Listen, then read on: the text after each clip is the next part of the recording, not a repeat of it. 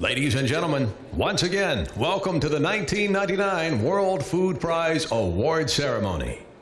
We are pleased that you joined us this afternoon for an exciting and historic ceremony as we award the 13th Annual World Food Prize. The program starts now. Please take your seats.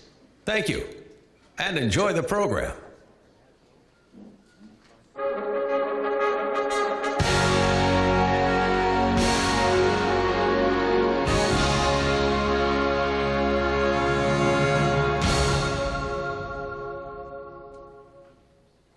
Ladies and gentlemen, welcome to the 1999 awarding of the World Food Prize. He has played the title role in Andrew Lloyd Webber's The Phantom of the Opera longer than any other Phantom on Broadway. With over 2,000 Phantom performances seen by 4 million people, he has captivated audiences from around the globe by his fabulous voice. Now, ladies and gentlemen, please welcome the world's favorite Phantom, Davis Gaines.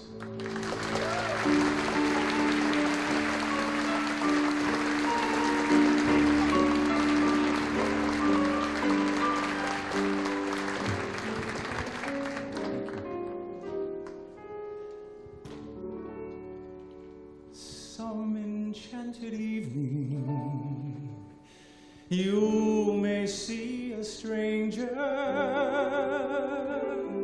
You may see a stranger across a crowded room, and somehow you know even then that somewhere you'll see her again and again. Some enchanted evening, someone may be laughing.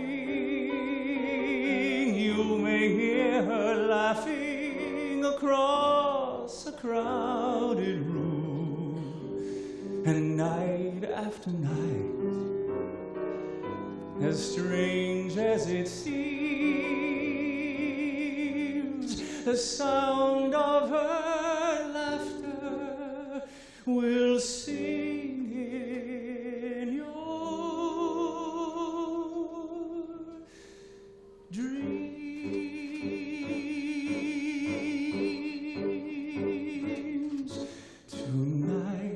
Tonight won't be just any night. Tonight there will be no morning star. Tonight I'll see my love tonight, and for us stars will stop where they are. Today, all day I had the feeling a miracle would happen. I know now I was right. Oh, moon, grow bright and make this endless day, endless night.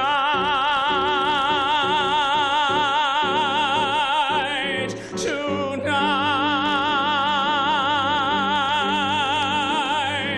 tonight, tonight.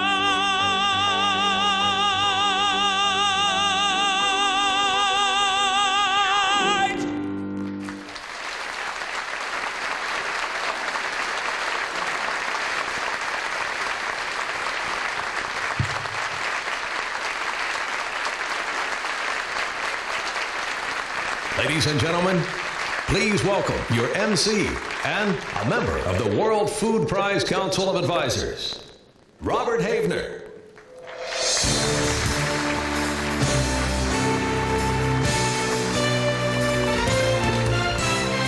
Thank you very much.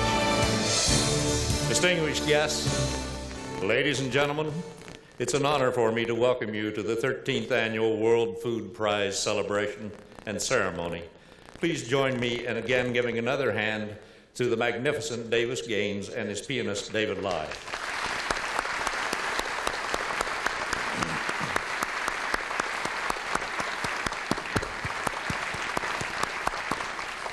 They will be back later in our program. I trust you know that the World Food Prize is the highest individual award honoring those individuals who have made extraordinary contributions toward improving the quality, quantity, and availability of food for the peoples of the world.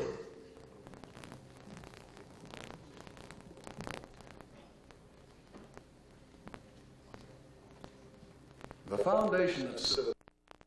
People who are now in need of adequate nutrition.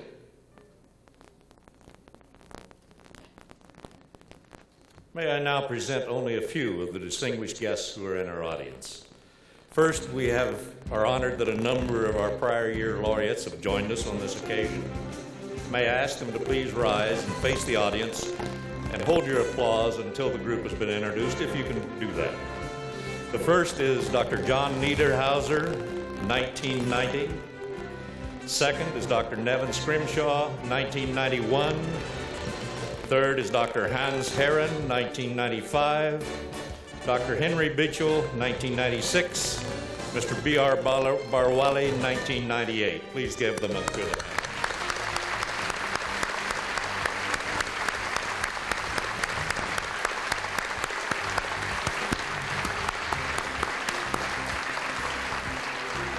We are indeed honored to have this distinguished group of former laureates with us. Several members of our Council of Advisors are also present, in addition to Mr. Ruan, Dr. Borlaug, Mrs. Dole, and myself. Mr. Al Clossy and Mr. Pekka Linko are with us today. Would you please rise?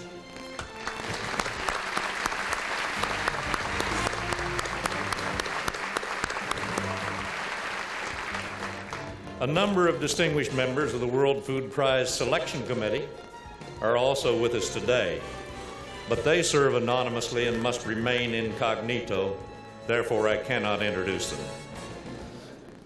However, it gives me great pleasure to introduce the Chief Representative of the state of Iowa, the distinguished and active Lieutenant Governor Peterson.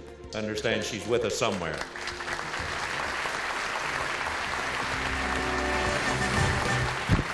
Please come stand up again. Not enough people saw you.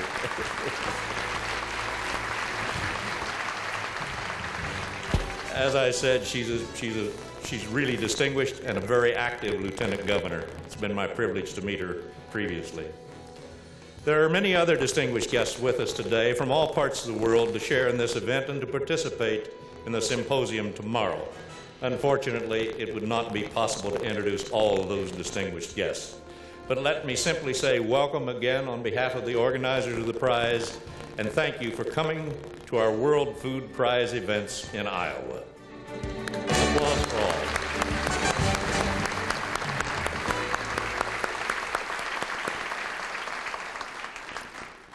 And now, there is an individual without whose generous support the prize would not be possible. Ladies and gentlemen, please help me thank John Ruan III, and the entire Ruan family for their generosity and vision. Please stand up. John 3. Janet?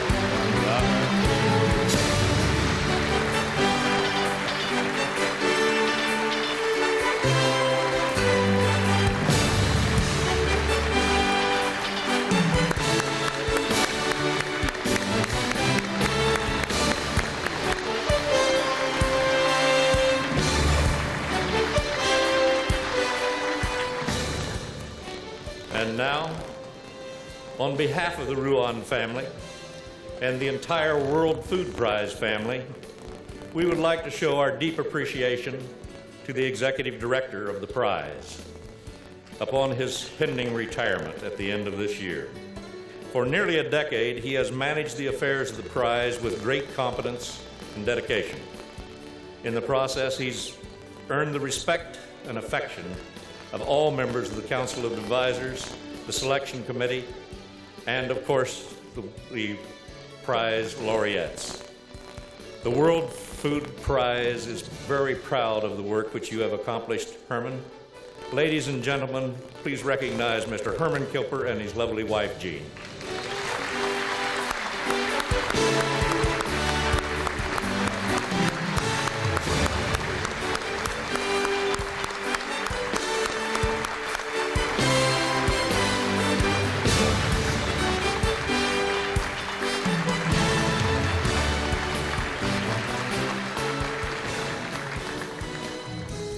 I mentioned that Herman would be stepping down at the end of the year. Let me introduce to you his replacement, his successor. Also a native of Iowa, Ambassador Kenneth Quinn will be taking the helm at the end of the year as the new executive director. Please say hello and welcome Ambassador Quinn and his lovely wife, Lei-Sun.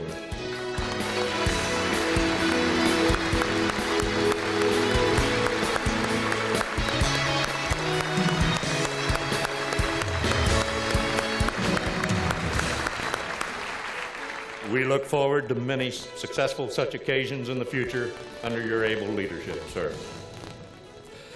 One of the most important goals of the World Food Prize is to motivate young people to choose careers related to food and agriculture through the World Food Prize Youth Institute, something which John Ruan encouraged us personally to start. Now in its 6th year with over 40 participating schools, the Institute program this Saturday promises to be the best ever. Please help me congratulate the student representatives and faculty advisors who are with us today. Please stand up. Please rise.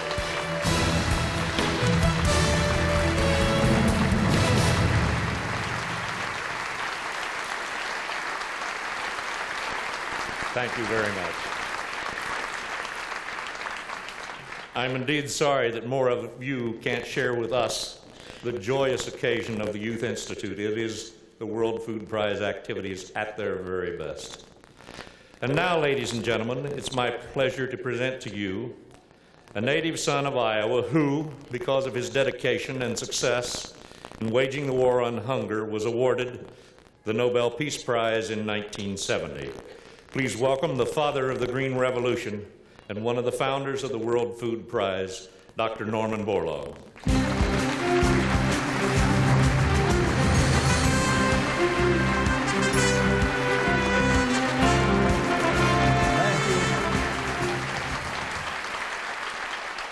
Thank you, Bob.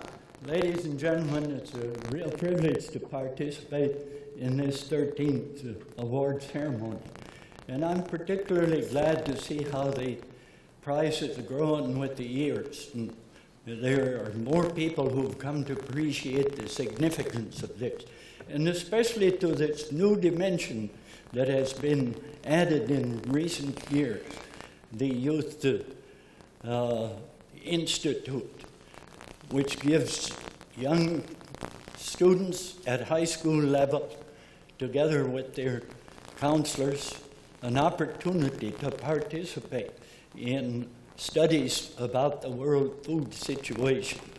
And last year, for the first time, 2 of those outstanding presenters were awarded an opportunity by the Round Foundation to spend a summer, one in Cimet in Mexico, where I still participate, and one in Africa with one of our laureates of the past.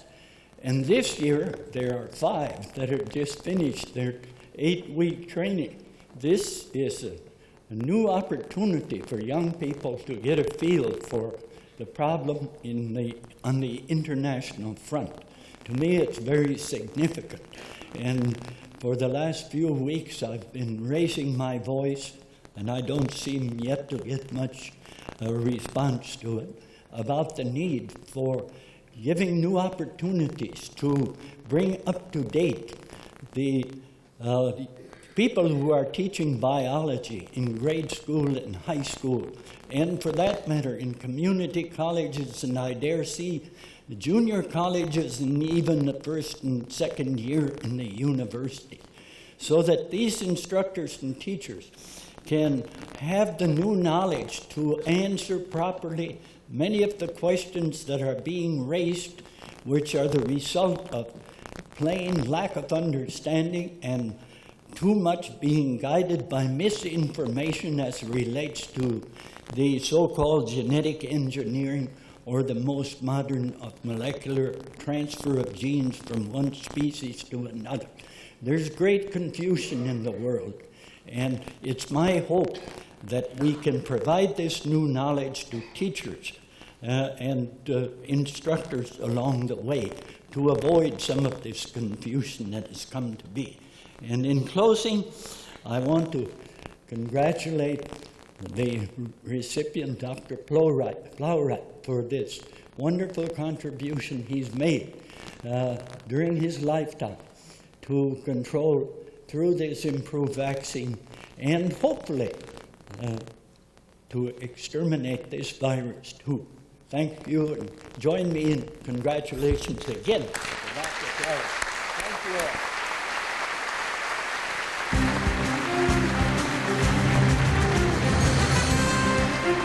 Thank you, Dr. Borlaug. I'm sure you've seen our next guest recently. She is vigorously pursuing an upcoming vacancy in the White House.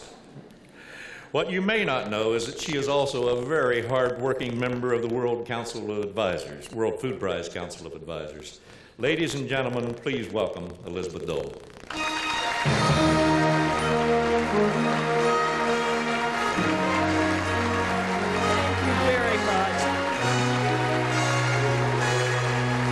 Ladies and gentlemen.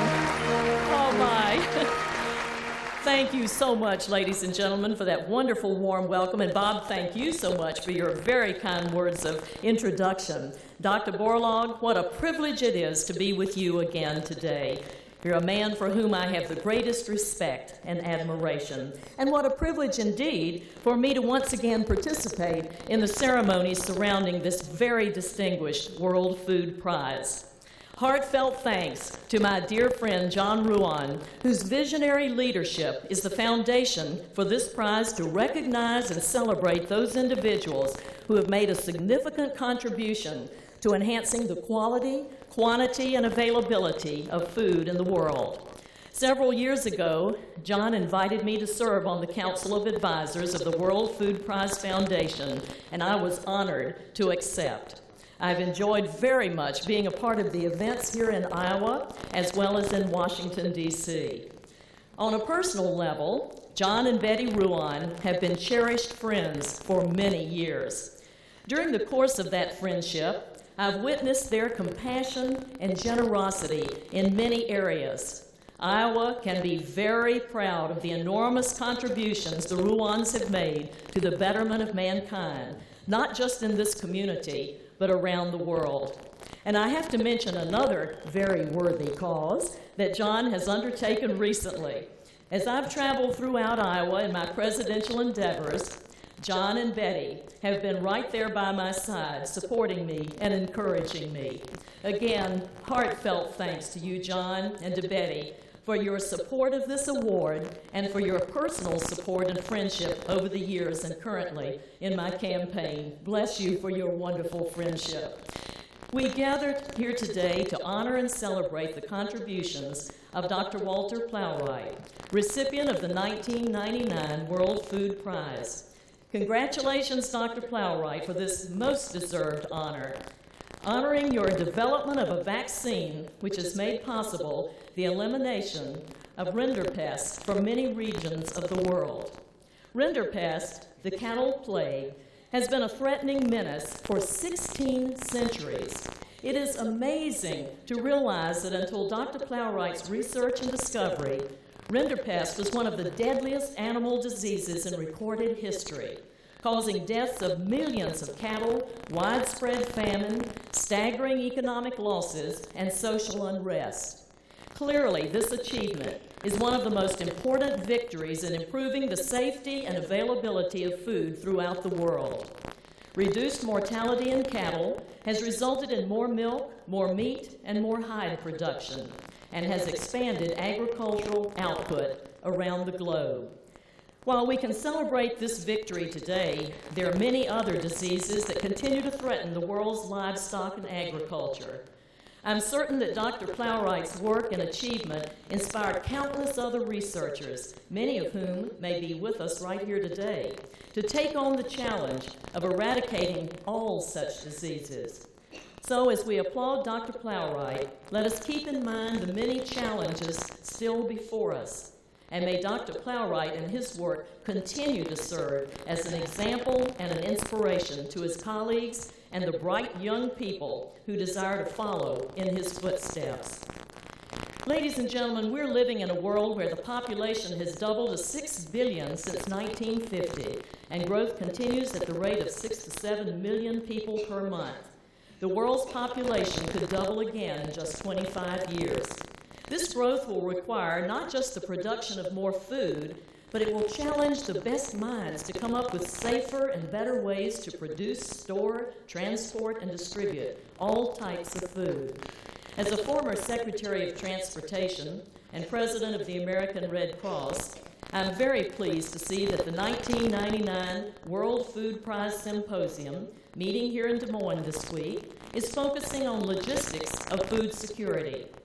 Those involved with famine and disaster relief know only too well the hardships imposed by the lack of transportation and communication systems and effective markets. These are resources that we in the United States take for granted, but the inferior or non-existent logistical facilities in many countries have a devastating impact on food security. Your dialogue this week is helpful indeed in determining ways and means for governments and humanitarian organizations around the world to effectively address these problems. The World Food Prize and the World Food Prize Foundation bring international attention to the importance of a nutritious and sustainable food supply for all, and thus bring hope to millions of people on our planet. I am greatly encouraged by the young people I see here today and many others who are involved with the Food Prize activities. It is my hope that what we celebrate today will inspire the heroes of tomorrow, young men and women who, as scientists and scholars, as political leaders and farmers, will make this vital work their own. In my office in Washington, I have a photograph of President Teddy Roosevelt, along with his words of wisdom, which I believe we can all take to heart in this important cause. And this happens to be one of my favorite quotations. "We are face to face with our destiny," he said, "and we must meet it with a high and resolute courage, for ours is the life of action, of strenuous performance of duty. Let us live in the harness, striving mightily. Let us run the risk of wearing out rather than rusting out." Again, congratulations to you, Dr. Plowright. You are a hero of our time. And now it is time for the moment that brings us together today.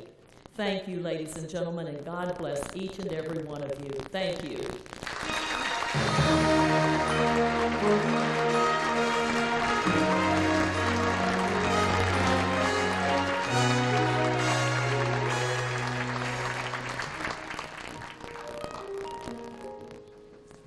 David Lai and I are so very pleased to be with you here today to help celebrate this great moment. And Dr. Plowright, this is your moment. This is the moment, this is the day when I send all my doubts and demons on their way. Every endeavor I have made ever is coming into play, is here and now today. This is the moment, this is the time when the momentum and the moment are in rhyme. Give me this moment, this precious chance. I'll gather up my past can make some sense at last. This is the moment when all I've done, all of the dreaming, scheming, and screaming become one. This is the day, see it sparkle and shine, when all I've lived for becomes mine. For all these years I've faced the world alone, and now the time has come to prove to them I made it on my own. This is the moment, my final test.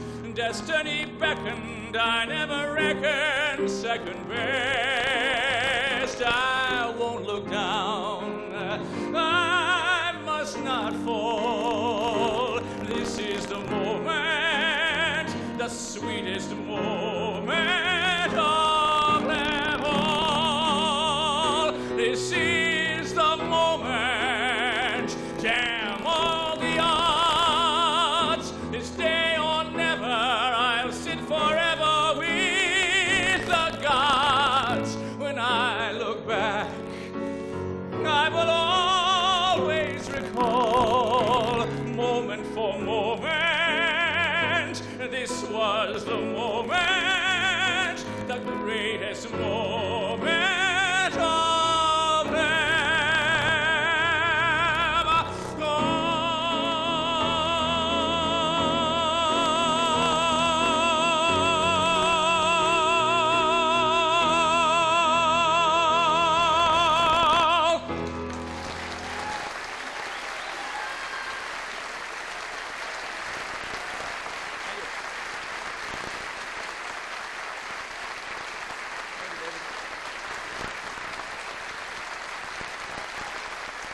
Thank you very much.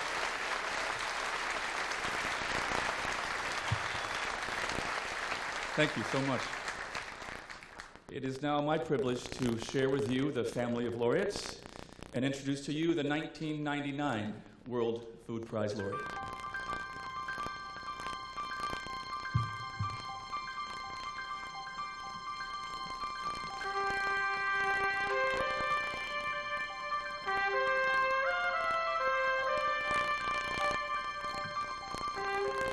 It is the individual working in service.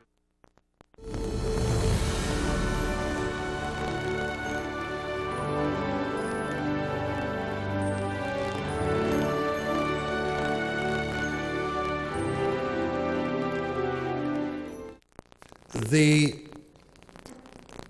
goal of FAO, which is the main international organization concerned with efforts to eradicate the disease on a worldwide basis, hopes that by 1910 we shall be free of this infection in the way that we were freed from the plague, smallpox of man. Poliomyelitis may, we hope, be well on that sort of road as well.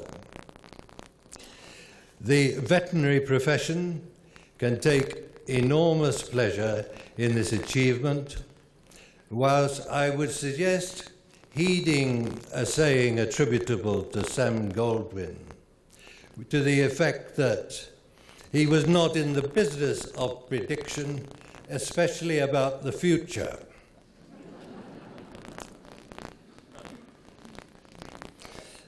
I would like, for the sake of my predecessors and my successors, to put the record straight about Rinderpest vaccines.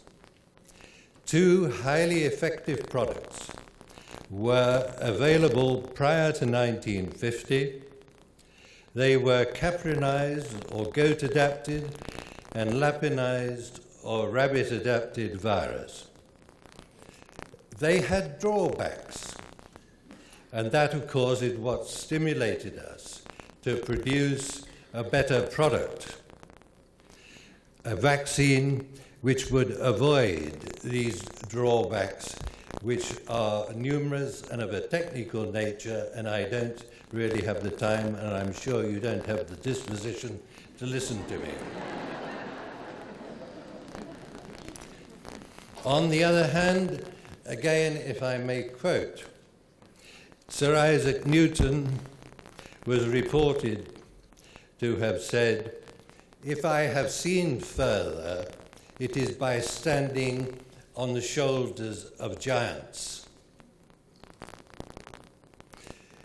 In accepting this munificent prize, I should like to conclude with some recently recorded remarks by Lord Florey, an Australian working in Oxford, the developer of penicillin, the first of the really useful antibiotics, and Nobel Prize winner exactly 50 years ago, together with his colleagues Fleming and Chain. Commenting on the award, he said, "Very gratifying, but there is a terrible lot of luck in this sort of thing. We happen to have hit on an antibiotic that works in man." So you see, Australians as well as the British are prone to perhaps sometimes understatement.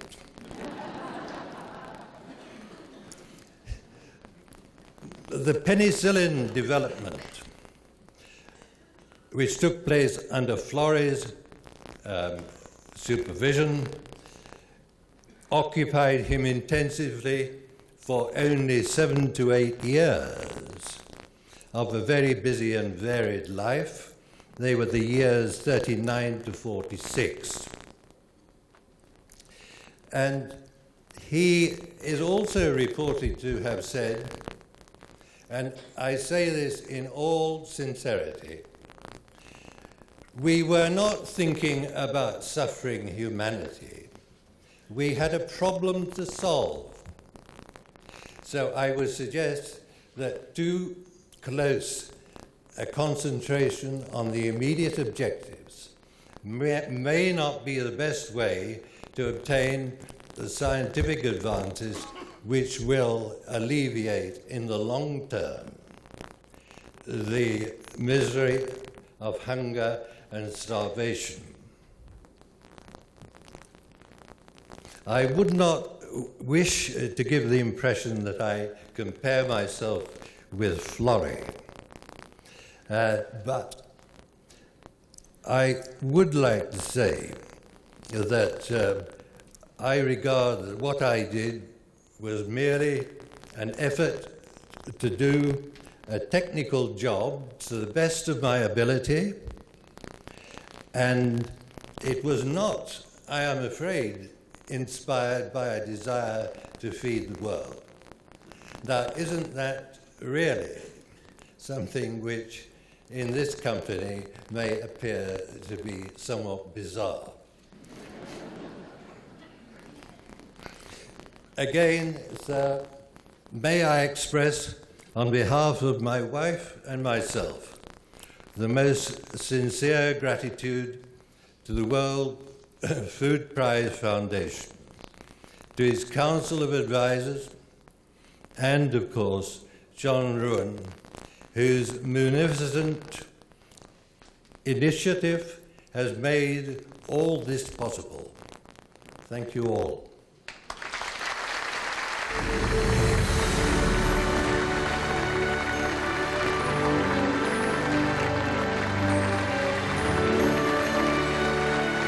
Dr. Plowright, before you leave, I would like to introduce Mrs. Plowright.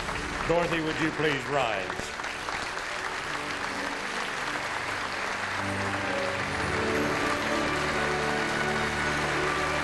You have our great admiration for your life's work. Thank you.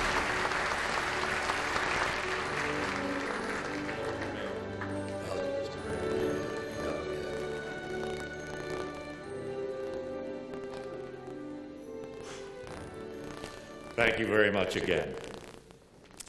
By this point in the program, it should come as no surprise to you that our 1999 laureate is a British citizen.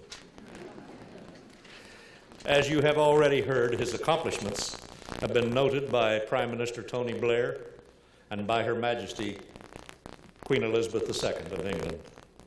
Today we have with us her representative in the U.S., in the Midwest of the U.S., Mr. Robert Coulshaw, who is Consul General to the central part of the United States, resident in Chicago, and we're delighted to have him here. I would like to invite him to say a few words. Robert Coulshaw.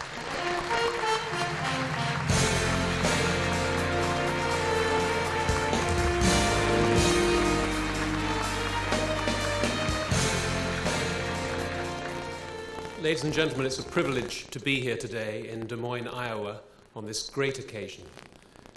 Having had the hospitality of Senator Grassley in this state, I've been able to travel the length and the breadth of it, and I hope you will allow one of your British visitors today to say that I can think of nowhere better than Iowa, the heartland of agricultural America, to be the home of this great prize.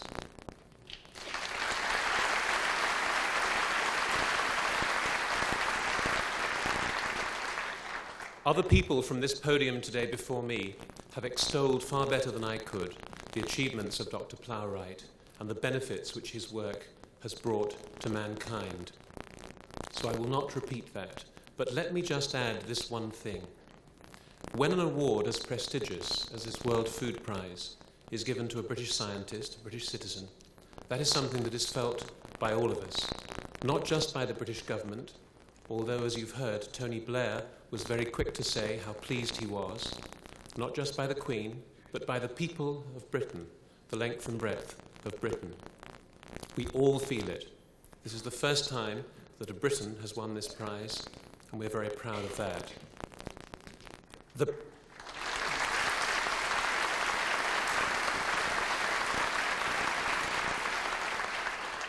The benefits of Dr. Plowright's work have, of course, been felt in the countries where it was most needed, among the poor, among the people whose lives have been transformed. It's a paradox, perhaps, that so few of them will know of his existence. They will know what he's done, but they will not know about him. They will not hear his voice. They will not know his name. They will not see his face. He has touched their lives, as it were, anonymously and from afar. One might almost, in that sense, see it as a kind of phantom. Here among us tonight, we have another phantom, the phantom of the opera. The program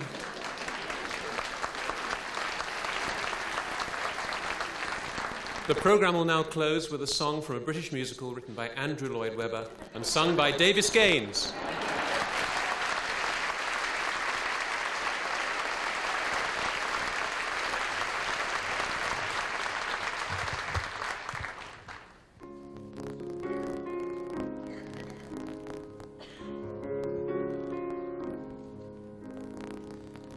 Nighttime sharpens, heightens each sensation, darkness stirs and wakes imagination. Silently the senses abandon their defenses.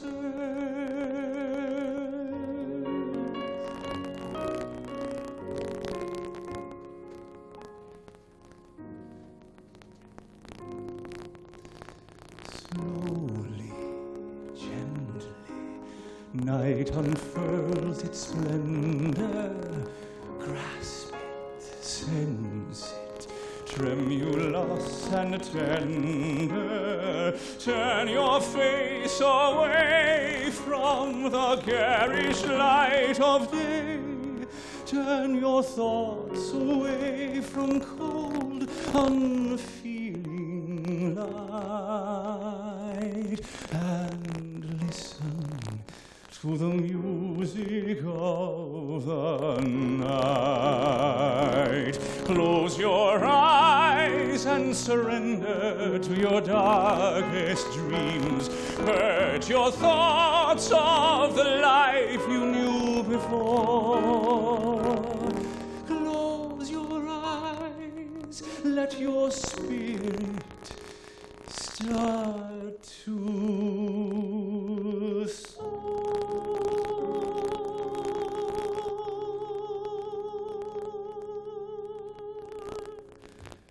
And you'll live as you've never lived before. Softly, deftly, music shall caress you. Hear it, feel it, secretly possess you. Open up your mind, let your fantasies unwind in this darkness which you know you cannot fight. The darkness of the music of the night. Let your mind start a journey through a strange new world. Leave for thoughts of the life we knew before. Let your soul take you where you long to.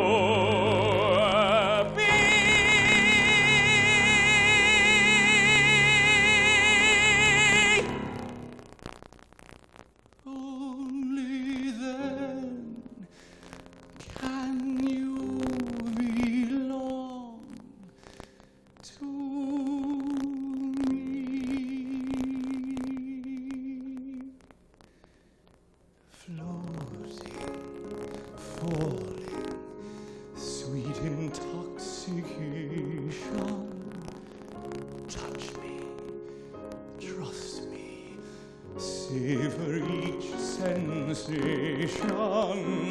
Let the dream begin. Let your darker side give in to the power of the music that I write. The power of the music of the night.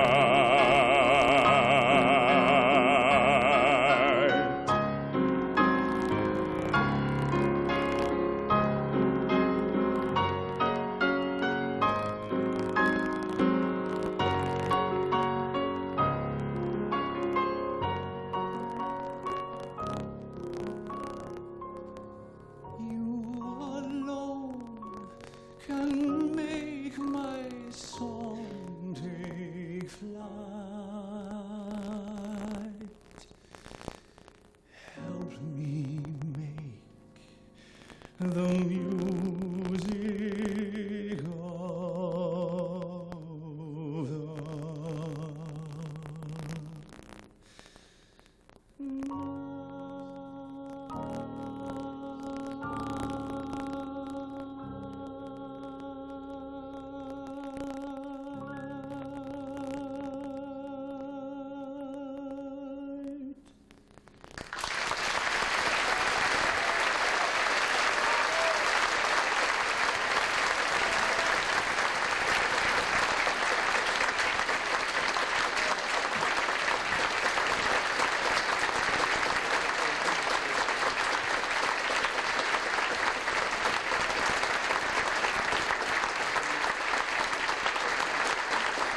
Ladies and gentlemen, thank you for joining us this afternoon for the 1999 World Food Prize.